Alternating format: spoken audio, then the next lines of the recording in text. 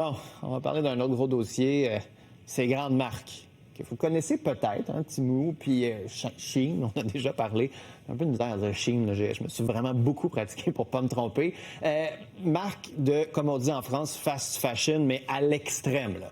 On est capable d'acheter des vêtements pour quelques dollars à peine. Et ces grandes marques-là ont fait leur arrivée ici. On les utilise en ligne.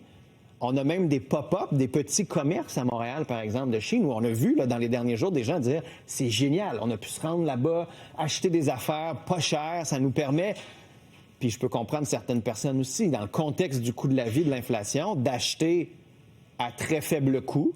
En même temps, il y a peut-être un effet pervers dans ces compagnies-là pour la qualité des vêtements, la qualité de l'environnement et des relations de travail, mais pour nos commerces aussi. Le Conseil québécois du commerce de détail a fait un sondage auprès de ces entreprises. Regardez, il y en a qui vont dire on a réduit les prix, tant mieux, c'est bon pour le consommateur. Mais d'autres ont dit ouais, baisse de vente marquée. Donc, il y a une grosse baisse pour à peu près 20 1 sur 5, c'est beaucoup, là. Et on a réduit des effectifs. Donc, ça veut dire qu'il y a moins de monde qui travaille. Ça veut dire moins de monde qui reçoivent des salaires. Fait que tant mieux si on baisse les prix. Mais ça a des effets pervers ici. C'est du monde qui paye moins d'impôts, c'est des profits qui sont moins dans les poches des Québécois. Pour en parler, Damien Silès est PDG du Conseil québécois de commerce de détail. M. Silès, bonjour. Bonjour, M. Foisy. À quel point ces deux marques-là sont venues gruger, grappiller et faire mal à vos entreprises? Écoutez, je dirais qu'elles profitent indirectement des spotlights qui sont mis sur les États-Unis et le Canada avec le défi des tarifs douaniers pour justement inonder le marché. Vous parliez tout à l'heure des pop-up stores, c'est pas uniquement Montréal, mais il y en a en Ontario et dans l'ouest du Canada. Et à aucun moment, ces entreprises vont venir s'installer sur Sainte-Catherine pour ouvrir des magasins.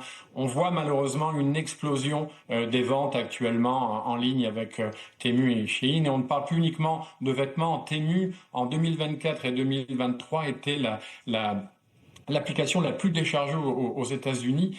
Et ce qu'il y a d'inquiétant, c'est que au-delà des prix qui sont complètement illusoires, 4 à 10 fois moins cher que ce qu'on peut trouver dans nos commerces. On se retrouve aussi avec du plagiat à outrance. On se retrouve également avec des problèmes environnementaux de façon incroyable à gérer par la suite parce que la majorité de ces produits sont des produits qui ne sont pas recyclables. Donc, au-delà de la joie d'acheter quelque chose de très, très, très peu cher, d'une qualité qui est complètement, qui est très basse et surtout très dangereuse, on se retrouve avec des problèmes majeurs par la suite, autant en environnement.